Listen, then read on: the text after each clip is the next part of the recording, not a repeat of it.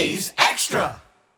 Welcome back to the Anglers Extra pregame show, back here at Stonybrook Field prior to A's and Whitecaps on the Cape Cod Baseball Network. I'm Josh Schaefer, he's Tom Holliday, and it's time for the Manager Show. Coach, here at Stonybrook Field, you know, last night's game got fogged out. Your team now hasn't played in 3 whole days. What do you make of that?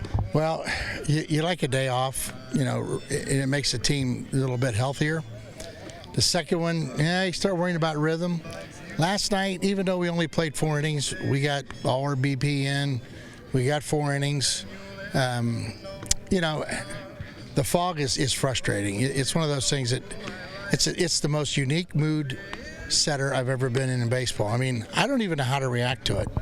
And you'd think that after as many games as I've been in, that I could figure. I still can't figure it out. And I don't know if I'm the other guy and I'm winning 2-0 after 4, if I'm happy or sad or mad or whatever.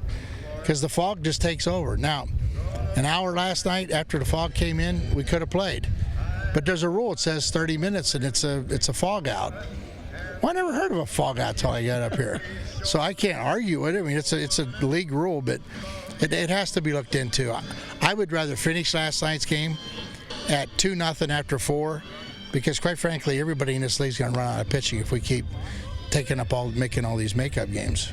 So you mentioned the rule, 30-minute delay, and then they can't make a decision until after the 30-minute delay has been completed. When you get to the 30-minute mark, do you have any say on, you know, maybe trying to persuade the umpires to wait a little bit longer? How does that work? No, it's like they want you to be there so they can basically tell you what they think. Now, you can go ahead and argue. First couple times it happened, I did want to argue.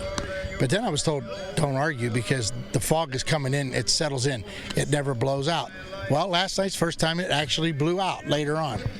So maybe we ought to look into, you know, having more of a conversation about it. But if we would have waited an hour last night, our guys were at the ballpark at 4 o'clock. We would have got home last night it'd have been midnight. You know, that's no fun. I mean, there has to be a little bit of fun to summer ball. And so I see why the 30-minute rule's in, but again, to make it up now we play a doubleheader Sunday and a single game Monday against that team. That'll be 3 times this week we played the same team. So something needs to be looked into by the commissioner. Yesterday I asked you what you need to do to regroup after an off day and then a game that's postponed before it begins, and then you play another game. Is there a difference between how you get your team to regroup after a game that splits halfway through versus a game that you don't even start at all? Well, yeah, I think because if you don't start at all, they get a chance to stay home and just literally make it a day off. When you come to the yard, play 4 innings, go through pregame, that's a good dress rehearsal. So we're not like, we should be sharper today than we would be on the day that we have a day off. Now, just don't start looking down the road, start thinking about, oh my goodness, you know, we got 9 games in a row coming up, 10 games in 9 days. Because then all of a sudden you start feeling that drag on your body. And everybody in the league's talking about that, trying to keep these kids fresh, because we don't want them going home.